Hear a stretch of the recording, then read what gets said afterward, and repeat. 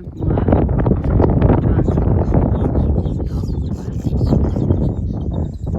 It's part of KZN wildlife. So if you've got a wild card, you don't have to pay to get in.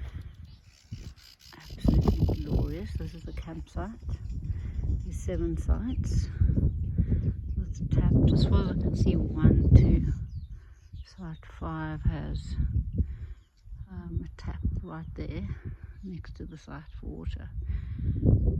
So if you're wanting to fill up a tank in your caravan, if you can tow a caravan up here, it's a good idea to have one of these. And there's 2 more sites down there, and the tap for them is quite far behind. And there's a bathroom at the back, single toilet and a shower, separate shower.